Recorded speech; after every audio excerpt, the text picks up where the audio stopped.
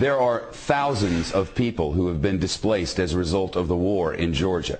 Tens of thousands, even hundreds of thousands if you believe reports. Among the unfortunate civilians caught in the crossfire in this conflict, a 12-year-old girl from outside San Francisco. Amanda Kokoyeva was in South Ossetia for a month-and-a-half-long visit with her relatives. She was with family members in a cafe, and all of a sudden, bombs were falling outside. A 12-year-old girl. She spent the night in her uncle's basement. She was able to flee to Russia, flee to the north, catch a flight home from Moscow. With us now, Amanda Kokoyeva and her aunt Laura, live with us from our San Francisco bureau. It's great to see you. Welcome home. Thank you. I cannot even imagine sitting in a cafe and bombs start falling. I mean, I've been to wars where that happens, but when you were there wasn't really a war happening. It started when you were there. Describe for us what that was like. It was really scary. I didn't know what was happening. We were just sitting normally, and everybody from outside started running in, and it was just so scary. Where did you go? What did you do? We called my uncle on the restaurant house phone because our cell phones weren't working. And so we called him, and he came to pick us up and drove us to his house. We ended up spending the night in the basement. Were there bombs falling all the while?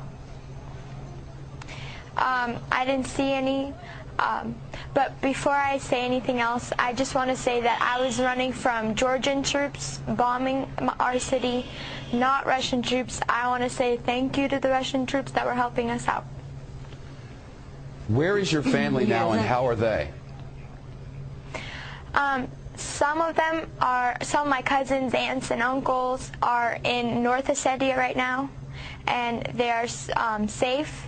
But my grandma and some of my aunts and uncles are still back there, and I don't know. We don't have any contact with them. I don't know if they're alive or anything. Wow, I know your aunt is with you. This I cannot even imagine. I mean, seeing a 12-year-old go through all of this, it must have been horrifying. Yeah, it was horrifying for all of us, and main thing I wanted to say on television, I want you to know to whom to blame on this conflict.